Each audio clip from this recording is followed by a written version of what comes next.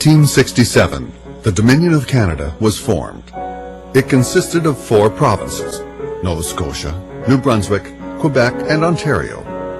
Within 4 years, the new country had grown past the shore of Lake Huron, through the vast prairies to the Pacific Ocean.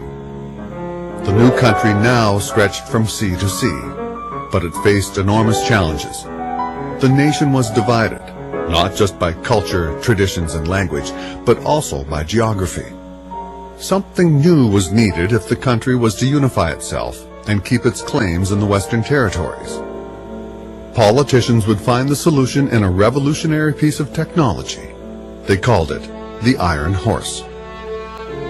Connecting the country would not be easy. Financing a project of such scale would require millions of dollars, and the labor would be substantial. But it was essential, according to Canada's first Prime Minister, John A. Macdonald. His vision was the Transcontinental Railway. Until this great work is complete, our Dominion is little more than a geographic expression, he told the House of Commons. He feared that Western Canada and the interests of the Hudson Bay Company were in jeopardy. Without a steel backbone holding the country together, Canada would remain disjointed and weak. He asked Canadians where they stood. Would they be loyal to the Crown and Canada, or be swept away by American nationalism? 1871. A rail or coach road becomes conditional to the acceptance of British Columbia into the Union. The government worked quickly to promise British Columbia a railway within 10 years. The controversy was immense. Newspapers in the East took a stand against it. The terms on which the ministry has determined to bring British Columbia into the Union are monstrous and unparalleled in the history of Canadian legislation. One cannot feel otherwise than amazed at the recklessness of our legislatures to thus blindly committing the country to an undertaking that will certainly cost $100 million. Many felt that British Columbia would eventually be annexed to the United States and could not justify the costly undertaking of a railway system. One MP from Halifax said, "Voting for the Pacific Railway would be a measure fraught with the greatest danger to the people of the Dominion." Despite opposition, British Columbia was accepted into Confederation. The threat of U.S. annexation was too great. Canada would get its railroad, but the controversy would continue. The contract for the railway was awarded to Sir Hugh Allan, a shipping magnate from Montreal. On April 2, 1873, suspicions of a scandal were confirmed by the Liberal opposition. Macdonald had granted Allan the railway contract in exchange for large campaign contributions. The building of the Canadian Pacific Railway was slowed. The scandal tainted the Prime Minister's reputation. Sir John A. Macdonald resigned.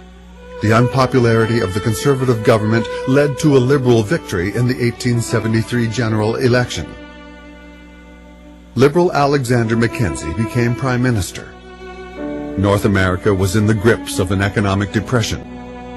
Mackenzie believed the railway was no longer a priority. He was more fiscally minded and less willing to take expensive risks.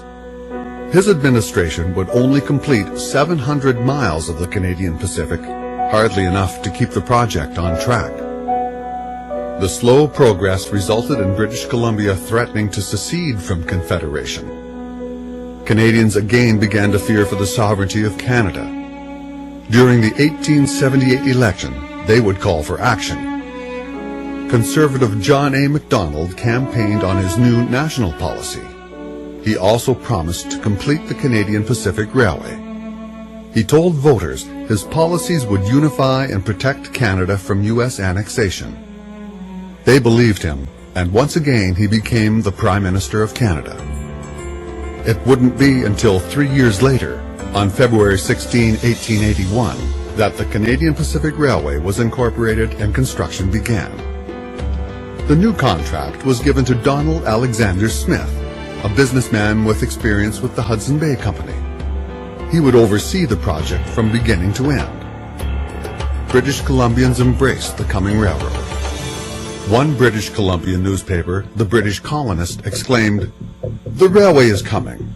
The iron horse will soon cause the hills to tremble before his giant tramp. The outlook is very pleasant. Business must revive and the hopes of hundreds be realized. Empty houses will be filled, unoccupied lands tilled, new resources developed, old enterprises strengthened, and new ones inaugurated." The BC portion of the line was contracted to Andrew Onderdonk, an American railway engineer with considerable experience in the United States. Onderdonk would have the enormous task of bringing the line through some of the most challenging territory in all of the Dominion. Through unparalleled engineering, Onderdonk bridged extensive canyons and tunneled under dozens of mountains. The route through the mountains required special attention to dangerous winter conditions. Measures would need to be taken to protect the line during the harsh mountain winters. Facing pressure from the government to keep costs down and construction swift, Onderdonk controversially turned to a cheap, alternative source of labor, the Chinese. Many British Columbians were against the use of Chinese men in construction. They wanted Canadian workers to settle in the West after the railway was built. A royal commission on Chinese immigration was set up to debate the labor issue. In 1882, MacDonald told the House of Commons, "It is simply a question of alternatives. Either you must have this labor, or you can't have the railway." Most members of Parliament agreed. A relief bill, which would grant the CPR a further $22.5 million. Despite the difficulty of the terrain and the cost of construction, the provinces of Canada were finally bridged together. The Canadian Pacific Railway was completed more than 5 years ahead of schedule. The last spike of the line was driven in Craiglachie, British Columbia on November 7, 1885. It would be hammered in by the Honorable Donald A. Smith. One newspaper recalled the event. "He took the maul in hand to drive the last spike, and after missing it a few times, he drove it home amid cheers from all present." Time would show that the Canadian Pacific Railway helped to fill the vast lands in the west of the Dominion. It held an immense nation firmly together. One railway engineer remarked, "Our railroad construction is the reverse in this country from what it is in any other. They are built in other countries to take people out. Here, we build a railroad so that people may go into the wilderness and settle it up." It's been said that without railways, there would be and could be no Canada.